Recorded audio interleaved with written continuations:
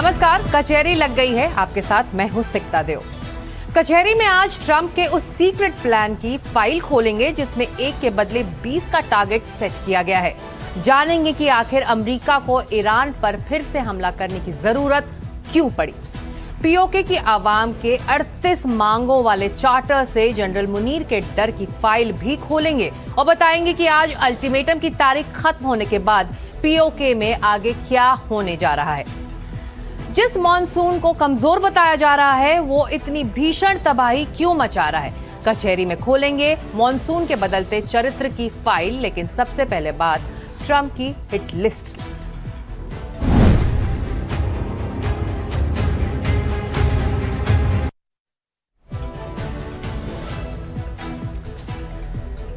तो एक बार पिछले 2 दिनों से खाड़ी का समंदर एक बार फिर बारूद उगल रहा है। ईरान का आसमान अमेरिकी मिसाइल्स के धुएं में काला पड़ने लगा है। इसे आप महायुद्ध का नया अध्याय कह सकते हैं। अमेरिकी सेना यानी कि यूएस सेंट्रल कमांड ने सिर्फ 2 दिनों में ईरान के कम से कम 170 ठिकानों पर विनाशकारी हमले किए हैं। अमेरिका का दावा है कि वो हॉर्मुज स्ट्रेट में जहाजों का रास्ता रोकने वाली ईरानी चक्रव्यूह को तोड़ रहा है। लेकिन क्या ये सिर्फ एक सैन्य कार्रवाई है या फिर इस भीषण बमबारी की स्क्रिप्ट वॉशिंगटन की मेज पर किसी बड़े सियासी फायदे के लिए लिखी गई? क्या ईरान पर ऑल आउट अटैक का यरूशलेम और टेल अवीव की पावर पॉलिटिक्स से कोई कनेक्शन है? आज कचहरी में दुनिया को परेशान करने वाले इस सबसे बड़े मुद्दे की पेश।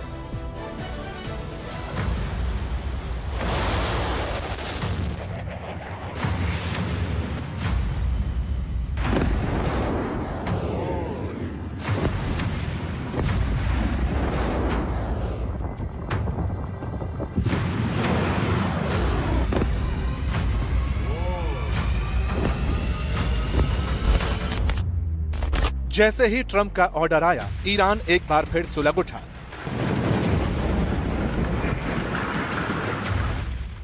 यूएस सेंट्रल कमांड यानी सेंटकॉम ने ईरान के खिलाफ मिसाइलों की बौछार कर दी। उत्तर से लेकर दक्षिण तक ईरान के कई इलाके अमेरिकी अटैक की जद में आ गए।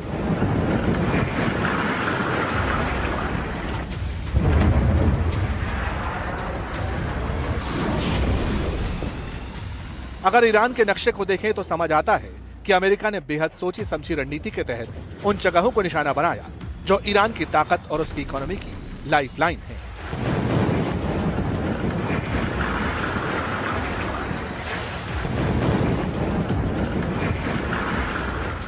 And I say we hit them 20 to 1. Every time they hit us, we're going to hit them 20. And we did it last night. We did a little something today, but it was really retribution for last night. They hit actually 3 boats, not 2. And when they hit, we hit back much harder.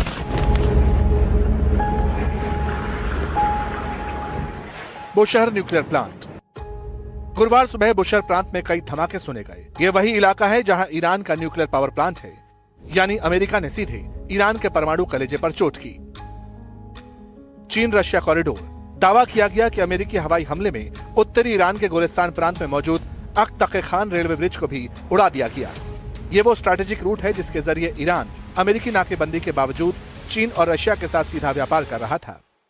Strategic railway bridge. अमेरिकी strike ने Tehran से Mashhad जाने वाली railway line के 2 पुलों को तबाह कर दिया। इस तरह के दावे किए गए।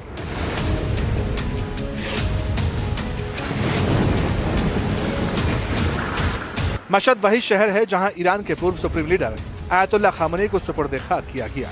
बंदर अब्बास एक बहुत महत्वपूर्ण जगह है ईरान में, जहां पर ईरान का सबसे महत्वपूर्ण नौसैनिक केंद्र भी है। ये इस मैप के जरिए आप यहां पर देखिए, जो बंदर अब्बास है वो जगह सबसे नीचे तटीय क्षेत्र जहां पर स्ट्रेट ऑफ हॉर्मुज का एक महत्वपूर्ण हिस्सा है, महत्वपूर्ण जगह है, वहां पर ये मौजूद है और महत्वपूर्ण नौसैनिक केंद्र इसको माना जाता है। रेवोल्यूशनरी गार्ड कॉर्प्स के मुख्य नौसैनिक अड्डे यहाँ पर हैं और यहीं से हॉर्मुज की निगरानी भी की जाती है। ये बहुत महत्वपूर्ण है। आप देख सकते हैं इस मैप पर कहां पर इस जगह की मौजूदगी है। ईरान का सबसे अहम बंदरगाह भी है। इसके अलावा बुशहर एक जगह जहां पर बहुत अहम परमाणु संयंत्र है ईरान के, IRGC का विशाल सैन्य अड्डा भी यहां पर है। इसके अलावा आप देखिए सिरिक को टारगेट यहां पर किया गया है।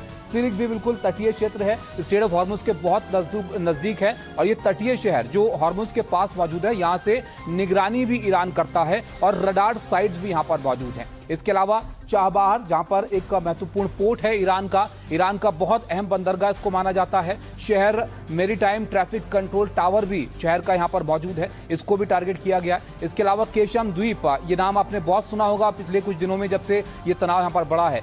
केशम द्वीप तेल और गैस का एक बड़ा हब है ईरान का, और हॉर्मुज में स्थित ईरान का सबसे महत्वपूर्ण द्वीप इसको कहा जाता है। और यहां पर अंडरग्राउंड मिसाइल सिटी भी मौजूद है, इसको भी टारगेट अमेरिका ने किया है। इसके अलावा लवान द्वीप आप जरा देखिए, जो लवान द्वीप है उसको भी यहां पर निशाने पर लिया गया। यहां पर ईरान की ऊर्जा का एक महत्वपूर्ण प्रमुख केंद्र है, और यहां पर ऑयल प्रोसेसिंग यूनिट भी ईरान की है, जिसको निशाने पर लिया गया है। ईरान शहर दक्षिण पूर्वी ईरान का एक महत्वपूर्ण शहर है, सैन्य गतिविधियों के लिए बेहद अहम इसको माना जाता है, और अहम हवाई अड्डा भी यहाँ पर मौजूद है। तो ये तस्वीर से आप यहाँ पर अंदाजा लगा सकते हैं किन किन जगहों को अमेरिका ने इस बार के अटैक्स में निशाना बनाया है।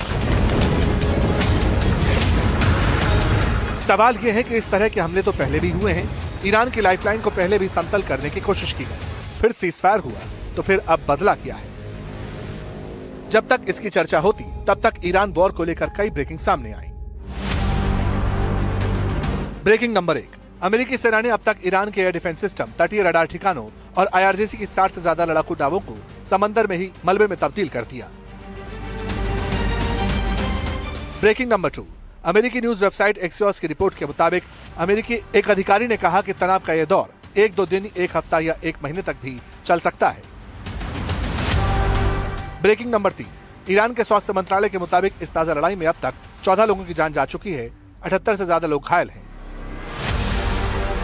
ब्रेकिंग नंबर 4, रिपोर्ट्स के मुताबिक इजराइल ने ईरान से वॉर की आशंका को देखते हुए अलर्ट लेवल को हाईएस्ट मोड पर पहुंचा दिया है। Breaking number 5, Israeli PM Netanyahu और डिफेंस मिनिस्टर ने अपने तय इवेंट कैंसिल कर दिए, ईरान वॉर को लेकर इमरजेंसी सिक्योरिटी मीटिंग की। When they hit, we hit 10 times harder. You know, we hit much harder than they do. We have a lot better equipment than they do. We may even, somebody asked before, do you think you'll hit them tonight? I said, we might, yeah, we might. But when they hit, we hit, you know, it's what we use their language, we speak their language. No, I don't think so. I think anything that happens is going to be over very quickly. And we'll only make it safer, including for oil. Oil is going to be very free, very easy, and it's going to happen very fast. We have the Hormuz Strait, the boats have pulled out.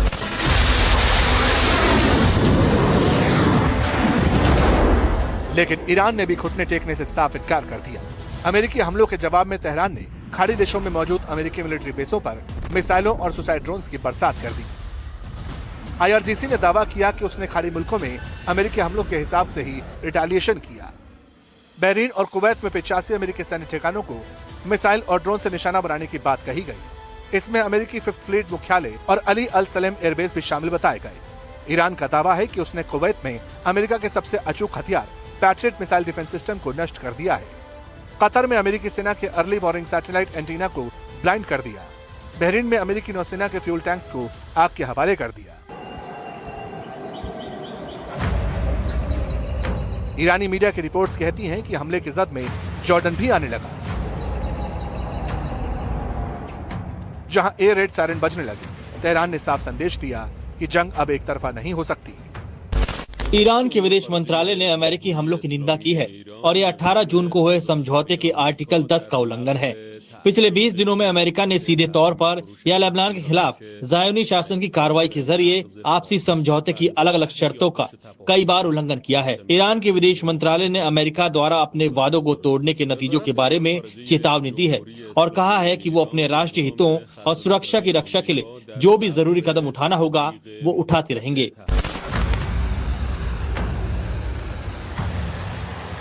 इस बार पलटवार के बारूदी खेल ने दुनिया को सकते में डाल दिया, लेकिन सवाल ये पैदा होता है इस अचानक शुरू हुई जंग के पीछे असली इनसाइड स्टोरी क्या है। राइटर्स की रिपोर्ट के मुताबिक ये महायुद्ध पार्ट 2 दरअसल किसी बड़े सैन्य नतीजे के लिए नहीं बल्कि बातचीत की मेज पर एक बेहतर डील हासिल करने का अमेरिकी हथकंडा है। जब पिछली बार ईरान के साथ समझौता हुआ था तो अमेरिका के भीतर ट्रंप की काफी किरकिरी हुई थी कि उन्होंने ईरान के सामने घुटने टेक दिए। रिपोर्ट के मुताबिक अब ट्रंप सैन्य दबाव के जरिए ईरान को तोड़ना चाहते हैं और जब वो बातचीत की मेज पर आए तो शर्तें सिर्फ और सिर्फ वॉशिंगटन की हो। इसीलिए कह चुके हैं कि ईरान से बातचीत का कोई फायदा नहीं। I think it's over. I don't want to deal with them anymore. They're scum. You know what scum is? They're scum. They're sick people. They're led by sick people. And they're vicious, violent people. And if they had a nuclear weapon, they'd use it. As far as I'm concerned, it's over. I'll speak to our negotiators. They want to negotiate. They're good people. Steve Witkoff, Jared Kushner. But they have to come back to me. As far as I'm concerned, it's just a waste of time dealing with them. लेकिन इस बारूदी खेल का एक सिरा तेल अवीव की राजनीतिक गलियों से भी जुड़ता है। इजराइल में इस वक्त चुनाव की सुगबुगाहट तेज हो चुकी है।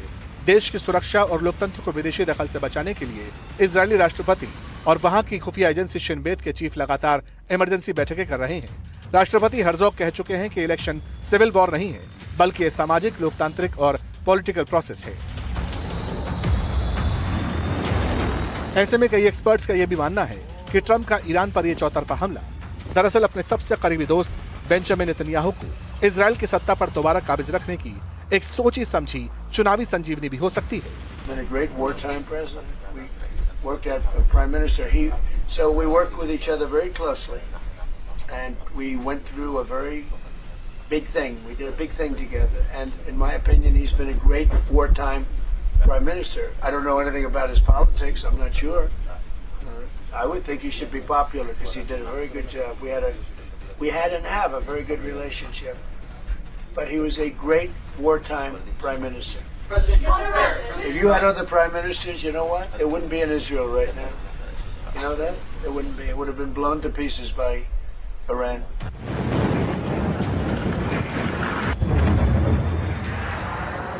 वैसे एक तीर से कई निशाने साधने की यह कला वॉशिंगटन से बेहतर कोई नहीं जानता। ईरान को घुटनों पर लाना है, रूस और चीन के सप्लाई कॉरिडोर को काटना है, मध्यावधि चुनाव से पहले अमेरिकी जनता के सामने ट्रंप को एक मजबूत कमांडर साबित करना है और इजराइल में अपने सबसे भरोसेमंद दोस्त नेतन्याहू की गद्दी को बचाना है। लेकिन इतिहास गवाह है, पश्चिम एशिया में बारूद की आग सुलगाना जितना आसान है, उसे बुझाना उतना ही मुश्किल, खासकर तब जब ईरान अमेरिका एक दूसरे पर भरोसा करने के लिए सारे दाव आजमा चुके हों।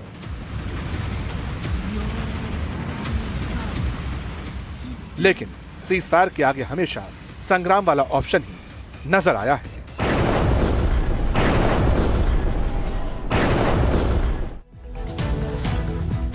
क्या दुनिया के सबसे ताकतवर मुल्क का राष्ट्रपति इस वक्त मौत की उस लिस्ट में सबसे ऊपर है जिसे तेहरान के बंद कमरों में बैठकर तैयार किया गया है? क्या एक सर्वोच्च नेता के जनाजे के बदले ईरान अब सुपर पावर प्रेसिडेंट का जनाजा चाहता है? ये सवाल आज इसलिए पूरी दुनिया में गूंज रहा है क्योंकि 2 दिन में 2 बार प्रेसिडेंट ट्रंप अपनी हत्या की आशंका जता चुके हैं। वो बार बार ये कह रहे हैं कि एक किल लिस्ट रेडी है जिसमें उनका नाम सबसे ऊपर है। आखिर दुनिया के सबसे ताकतवर इंसान की सुपारी किसने उठाई है और इसके पीछे की खूनी साजिश का कोई पाकिस्तानी कनेक्शन भी है? कचहरी में सुपर पाक के फेयर जोन की पेशी।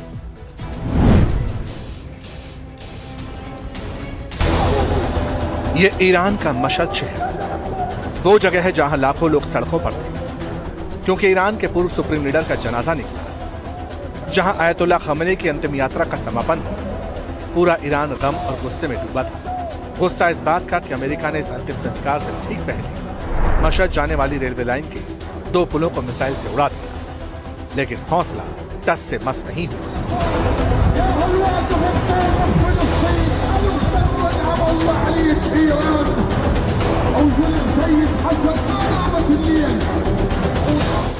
इसी मातम के बीच मशहद के एक होटल के बाहर लगे इस पोस्टर ने आग में घी का काम किया। बड़ी सी बिल्डिंग पर बड़े बड़े अक्षरों में लिखा गया, वी विल किल ट्रंप, यानी हम ट्रंप को मार डालेंगे। इस पोस्टर का मतलब यह है कि जनाजे में उमड़ी भीड़ अब सिर्फ रो नहीं रही, वो सीधे अमेरिकी राष्ट्रपति को खत्म करने की मांग कर रही थी। ऐसा लगा मानो तेहरान से लेकर मशहद तक हर ईरानी नागरिक के हाथ में ट्रंप की तस्वीर थी और दिल में सिर्फ एक ही बात कि जनाजे का बदला अब सिर्फ जनाजे से होगा। शायद ट्रंप को भी ये बात मालूम है, इसीलिए वो कैमरे के सामने खुलकर कहते हैं उनकी हत्या हो सकती है, वो ईरान के किल लिस्ट में है। Maybe I wouldn't have run. It's a very dangerous profession. No, I'm number 1 on the kill list for Iran. They're lovely people. I'm number 1. So I don't know. I can't tell you that. But I don't really care because I'm doing my job and I'm doing it, I hope, better than anybody's ever done it because we have a country that's hot and really, really successful. But I mention it only because it's on the list. I mean, it came out. There was another list came out yesterday, and I'm number one on. I like being number one on TikTok better, but I'm number one on the list for killing. सवाल है कि Trump बार-बार इस बात को क्यों दोहराते हैं? क्या वाकई उनकी जान को खतरा है या फिर वो ईरान को लेकर अमेरिकी जनता को ये मैसेज देना चाहते हैं कि देखो, मैं आपके लिए काम कर रहा हूं और इसे करते-करते कुर्बान भी हो जाऊं तो गम नहीं।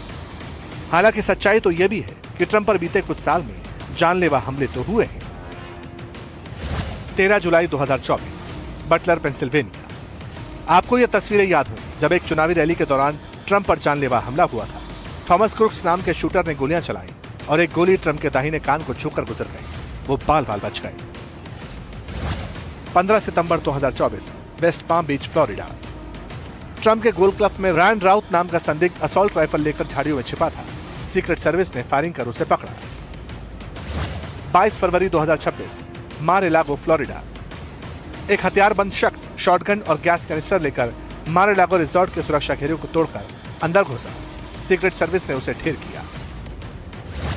25 अप्रैल 2026, Washington DC. White house correspondents dinner के वेन्यू के पास थॉमस कोल एलन नाम के शख्स ने हमले की कोशिश की। फायरिंग हुई। इस दौरान ट्रंप को सुरक्षित बाहर निकाला गया। हालांकि इस बार ट्रंप खुद कहते हैं कि उनकी जान को खतरा है। 2 दिन में 2 बार बयान दिए और इस बार उनकी बातों में समानता थी। फोकस किल लिस्ट और हिट लिस्ट जैसे शब्दों पर था। They want to take out the U.S. leader, me. I'm on every list.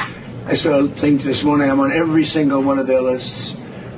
And so far, I guess I've been a little bit lucky, but that maybe doesn't last very long because that's the way it goes. But we have great people. But these are evil, sick people, and we have to rid their cancer. Their cancer. And you know what you do? You got to cut out cancer early. लेकिन Trump को मारने की इन कोशिशों के पीछे क्या सिर्फ America के घरेलू सिरफिरे थे? जवाब है नहीं। इस पूरी साजिश के पीछे एक बेहद खतरनाक अंतर्राष्ट्रीय त्रिकोण काम कर रहा था, जिसका पर्दाफाश खुद अमेरिकी जांच एजेंसियों ने किया। अमेरिका की फेडरल कोर्ट ने हाल ही में एक पाकिस्तानी नागरिक आसिफ रजा मर्चेंट को ईरान के इशारे पर अमेरिकी राजनेताओं की हत्या की साजिश रचने का दोषी पाया। इस साजिश का मास्टरमाइंड कोई और नहीं बल्कि ईरान की इस्लामिक रेवोल्यूशनरी गार्ड्स को यानी IRGC थी। मकसद साल 2020 में अमेरिकी ड्रोन हमले में मारे गए अपने कमांडर कासिम सुलेमानी की मौत का बदला लेना था। और इस पाकिस्तानी जासूस के हिटलिस्ट में सिर्फ ट्रंप नहीं बल्कि पूर्व राष्ट्रपति जो बाइडेन और निकी हेली भी शामिल थे। लेकिन ट्रंप बच गए क्योंकि कॉन्ट्रैक्ट किलर FBI के ट्रैप में आ गया। हालांकि इस बार ट्रंप जिस किल लिस्ट की बात करते हैं उसका जिक्र वो ईरान से ठीक पहले भी कर चुके थे। एक इंटरव्यू में ये बात कह दी थी कि अगर उन्हें कुछ हुआ तो ईरान को नक्शे से मिटा देना। Well, they shouldn't be doing it, but I've left notification. Anything ever happens, we're going to blow the whole country is going to get blown up. And they were making that threat to somebody, not even a president, but somebody, like they did with me. I would absolutely hit them so hard. But I have very firm instructions. Anything happens, they're going to wipe them off the face of this earth. नक्शे से मिटाने की बात पहले भी थी और 28 फरवरी के बाद भी कही गई। कहा तो यह भी गया कि ईरान को स्टोन एज में पहुंचा देंगे, एक ही शॉट में सब खत्म कर डालेंगे, तेहरान को 30 से 40 साल पीछे धकेल देंगे। लेकिन पहले राउंड की फाइट के बाद भी तेहरान टिका रहा। मगर इस दौरान खामेनेई मारे गए, लारिजानी मारे गए और इस बार ईरान ने उस जगह का वीडियो भी जारी किया।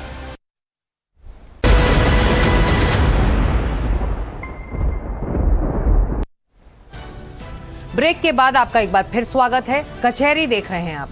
मॉनसून के मिजाज ने इन दिनों सबको हैरान किया हुआ है। मौसम विभाग कह रहा है कि इस बार 15% कम बारिश हुई है।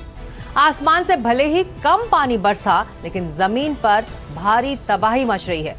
पहाड़ से लेकर मैदान तक भारी नुकसान देखने को मिल रहा है। आखिर ऐसा क्यों हो रहा है? कचहरी में अब हम मौसम के इस बदलते चरित्र की फाइल खोल रहे हैं।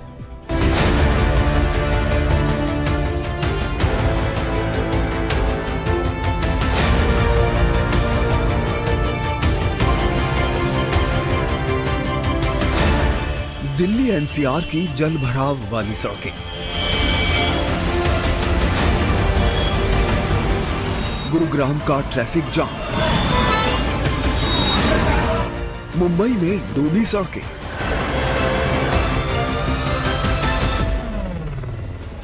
जम्मू कश्मीर के डोडा में बादल फटने की घटना,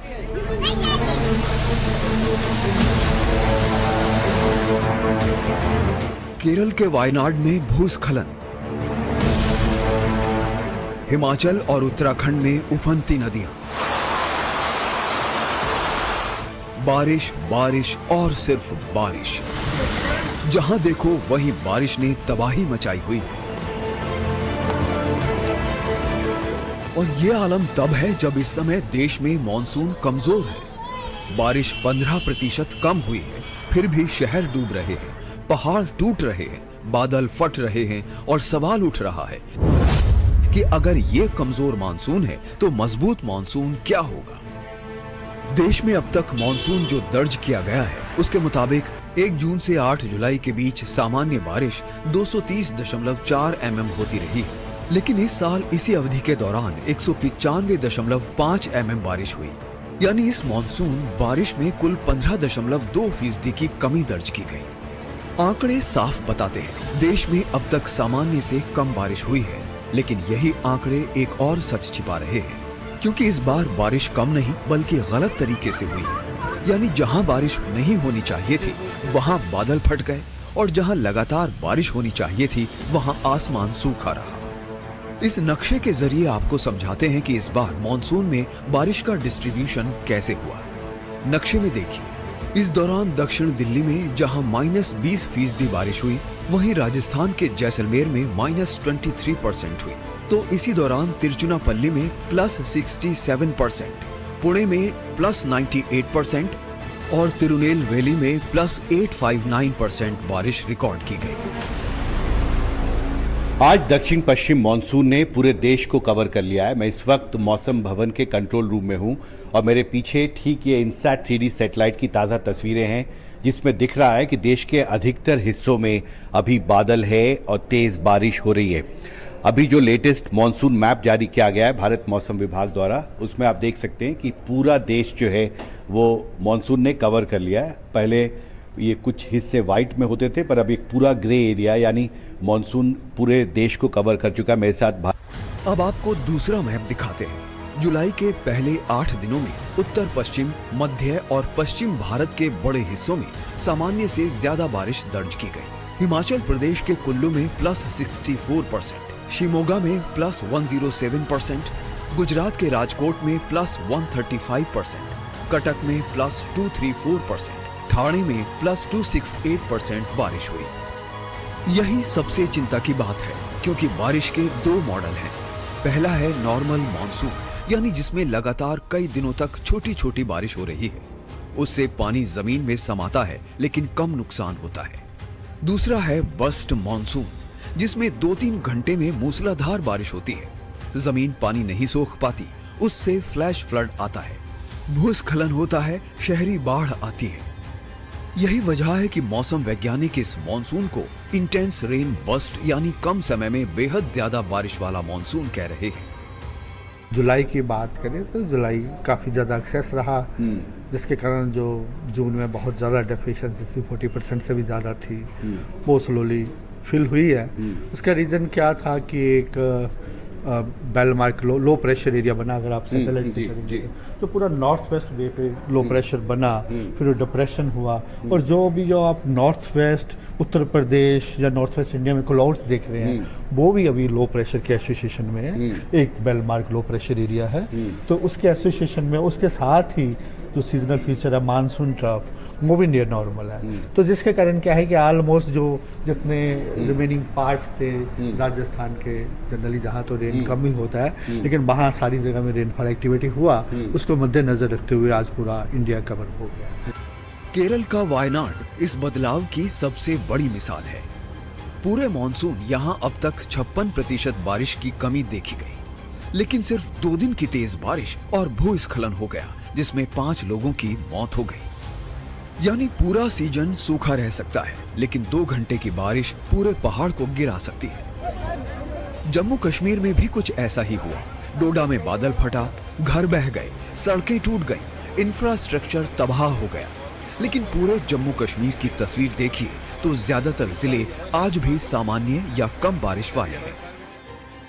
बादल फटने की घटनाएं तब होती हैं जब एक घंटे में 100 mm या उससे ज्यादा बारिश सिर्फ 20-30 वर्ग किलोमीटर इलाके में होती है। उससे फ्लैश फ्लड आता है और भूस्खलन की घटनाएं बढ़ती हैं। तो इस मॉनसून मुंबई फिर डूबा, गुरुग्राम फिर जाम हुआ, दिल्ली फिर पानी में डूबी। लेकिन सवाल सिर्फ बारिश का नहीं, सवाल हमारे शहरों का भी है। कंक्रीट बढ़ता गया, तालाब खत्म होते गए, नाले सिकुड़ते गए और बारिश का पानी सड़कों पर उतर आया। विशेषज्ञ कह रहे हैं अब चिंता सिर्फ इस बात की नहीं है कि मॉनसून कितना बरसेगा, बल्कि इस बात की है कि बरसेगा कैसे। अगर बारिश ऐसे ही छोटे छोटे लेकिन बेहद खतरनाक दौर में होती रही तो 15% बारिश की कमी वाला मॉनसून भी हर साल तबाही का दूसरा नाम बन सकता है। साल ईयर टू ईयर वेरिएशन होता है। जैसे ही कोई आपका सिस्टम फॉर्मेशन हो जाता है, अभी क्या था, लो प्रेशर बना, बेल मार्क बना, डिप्रेशन बना, उसके साथ एक शेयर जोन पैटर्न बन जाता है कि नीचे वेस्टर्लीज हैं, ऊपर ईस्टर्लीज हैं। अगर इस टाइप का पैटर्न बन जाता है, जनरली जब सिस्टम बनता है ऐसा हो जाता है, तो उसके कारण जो सारा वेस्टर्ली स्ट्रेंथन हो गया तो पूरा का पूरा वेस्ट कोस्ट में बहुत ज़्यादा रेनफॉल, बहुत दिन तक हमने रेड अलर्ट दे रखा था। तो उस समय ऐसा पैटर्न कई बार देखने को मिलता है। मॉनसून अब सिर्फ मौसम नहीं रहा, ये इंफ्रास्ट्रक्चर की परीक्षा है, शहरों की तैयारी की परीक्षा है, पहाड़ों की सहन शक्ति की परीक्षा है और जलवायु परिवर्तन की सबसे बड़ी चेतावनी भी।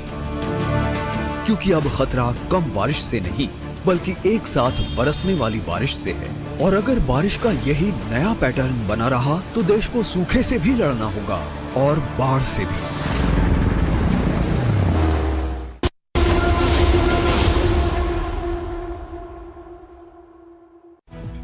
हनीमून, प्यार, सरप्राइज और यादगार सफर, इन 4 शब्दों में सुनने पर यह कहानी किसी रोमांटिक फिल्म जैसी लगती है। लेकिन एक जोड़े की प्रेम कहानी की वजह से रेलवे में हड़कंप मच गया, क्योंकि रेलवे की नजर में यह सुरक्षा व्यवस्था में हुई एक बड़ी सेंध थी जिसने कई बड़े सवाल भी खड़े किए। एक वायरल वीडियो, एक रोमांटिक सरप्राइज और उसके बाद निलंबन, FIR और विभागीय जांच। आखिर ये सब हुआ कैसे? कचहरी में अब इस पूरे मामले की फाइल खोलते हैं।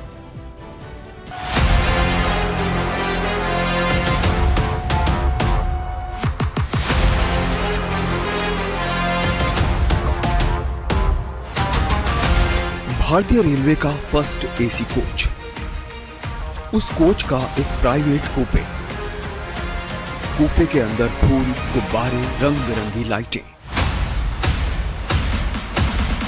और दीवार पर बड़े बड़े अक्षरों में लिखा था आई लव यू।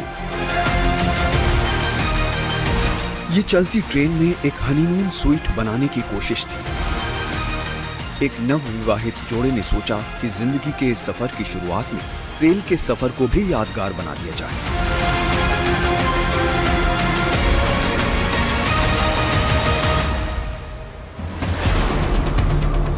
कार से औरंगाबाद से जालाना पहुंचने से पहले उन्होंने एक लोकल डेकोरेटर को ऑनलाइन बुक किया।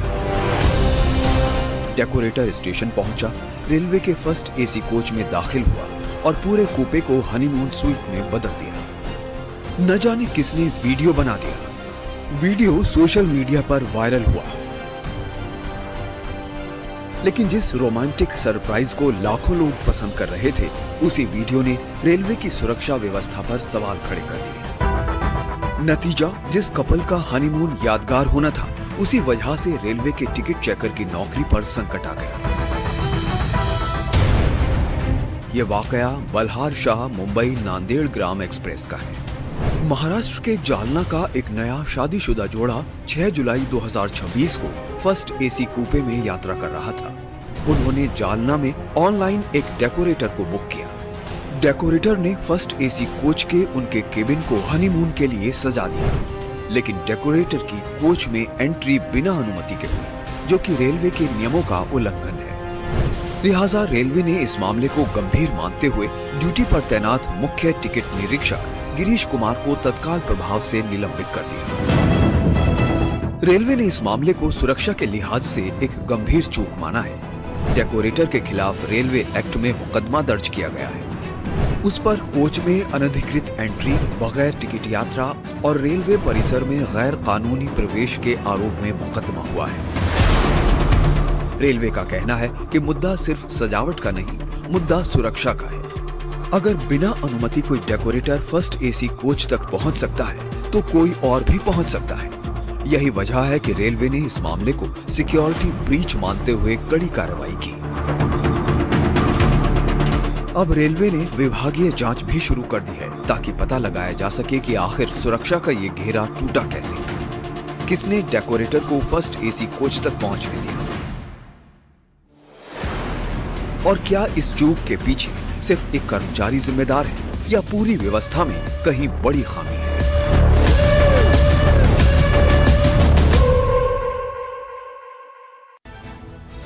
कचहरी में आज के लिए मेरे साथ इतना ही, लेकिन एनडीटीवी इंडिया में लगातार खबरों का सिलसिला जारी रहेगा। नमस्कार।